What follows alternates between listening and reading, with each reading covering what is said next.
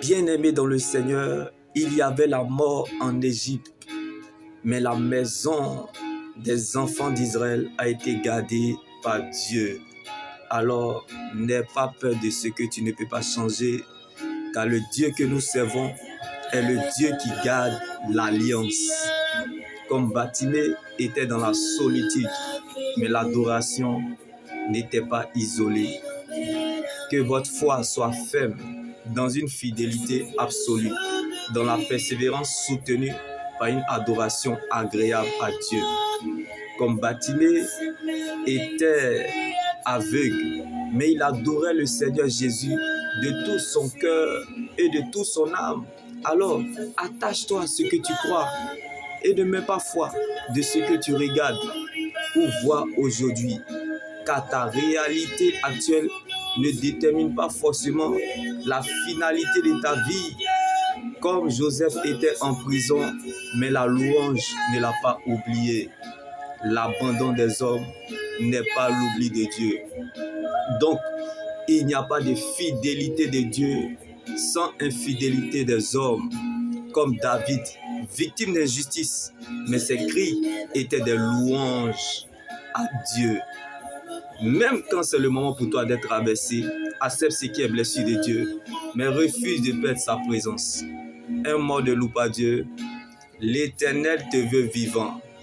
Comme Abraham a donné son Isaac à Dieu, et Dieu a pris la forme de ce qui manquait à Abraham. À cause d'Abraham, Dieu a fait la promesse à Isaac.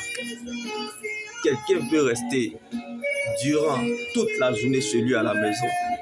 Et le soir, il y a un témoignage parce que quelqu'un a cherché à sa place. Comme David a payé le prix pour que Salomon vive en paix et en sécurité. Donc tu crois être oublié comme Méphibosheth, né pour briller, est devenu orphelin boiteux des deux pieds. Oublié et abandonné à l'eau débat dans un ghetto. Il ne savait même pas qu'il allait voir le lendemain. Il n'était pas cité parmi les grands, mais il s'est retrouvé parmi les grands à la table des rois. Il ne sait comment. À cause de l'atmosphère de l'alliance, c'était fini pour Ézéchias. Mais Dieu a augmenté le temps additionnel. Comme Paul pouvait nous le dire, mon corps porte la marque de la souffrance de Jésus parce qu'il craignait l'Éternel. Il espérait en sa bonté, mais continuait toujours à souffrir dans son corps. Je ne sais pas là où tu te situes, même en l'absence du besoin que tu désires, que ta foi reste intacte, comme cette femme qui perdait du sang depuis 12 ans. Cela ne l'a pas empêché de toucher le bord des vêtements de Jésus, parce qu'elle savait que son Rédempteur était vivant. Donc ce n'est plus ton combat. Comme ce paralytique, depuis 38 ans, n'avait personne pour l'aider parce qu'il devait aider plusieurs. Ta vie détermine quelque chose. Même si tu ne vois aucun signe avantageux jusqu'à présent et que les vents sont contre à tes yeux, sache que ce que cette situation a oublié, ce que la maladie a oublié, ce que les gens ont oublié, c'est que tu es encore dans le stade de la vie avec Jésus est un espoir sans fin. Alors, tu crois être oublié, qu'on te néglige. Oui, comme ils ont jeté le cadavre de Lazare, parce qu'ils avaient des troubles de vision. Je vais m'adresser à une catégorie de personnes qui traversent des épreuves très difficiles depuis longtemps, qui se retrouvent dans une très longue attente. Ceux-là même qui souffrent en silence, injustement, parce que les gens les ont pris pour des déchets, alors qu'ils n'étaient que des biais en mauvais état. Comme l'éclat de Lazare dans la tombe dépendait de la présence de Jésus, et la résurrection et la vie. Donc l'ignorance appelle et attend la mort, car Jésus est la vie dans vos années.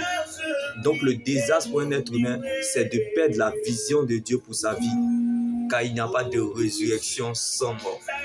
Quand tu sais, on ne peut plus rien faire pour toi, mais ce que tu ignores peut t'envoyer très loin. Comme il a fallu que Lazare meure et parte en tombeau pour aller le ressusciter. Dieu ne peut jamais te faire traverser ce qu'il n'a pas vécu. Ton Dieu demeure puissant et vivamment à l'œuvre. Dans ceux qui ne te voient plus, qui ne disent pas que tu es mort, c'est l'Éternel qui t'a pris pour te former. Tu as disparu de là où tu étais, tu vas réapparaître. Tu reviendras sur la scène. Mon Dieu te rétablit et te rétablira encore comme la résurrection de Lazare. Tu ne deviendras pas autre chose que ce que Dieu a planifié, programmé, décidé. Car le temps ne révèle pas tout de suite, mais révèle toujours. Car les bontés de l'Éternel ne sont point épuisées. Et ses compassions ne sont pas à l'éternel, mais se renouvellent chaque matin. Alors attache-toi à ce que tu crois, à la parole de Dieu. Ne baisse jamais les bras. Comme Lazare a survécu dans la tombe, tu survivras sur la terre aussi. Car la vie de Dieu qui est en toi, le capital vie de Dieu qui est en toi est trop important pour qu'une flèche te tue. Même si la terre a fini avec toi, Jésus n'a pas encore fini avec ton âme. Même si le Seigneur n'est encore rien dit, mais je sais que tu dois garder ce qu'il t'a dit. Lazare était dans la tombe, mais divinement programmé afin d'expérimenter sa résurrection. Ce que tu n'as pas encore vu, Dieu l'a déjà prévu, comme la résurrection de Lazare. Ce que Dieu vous a promis est pour vous, et cela vous atteindra.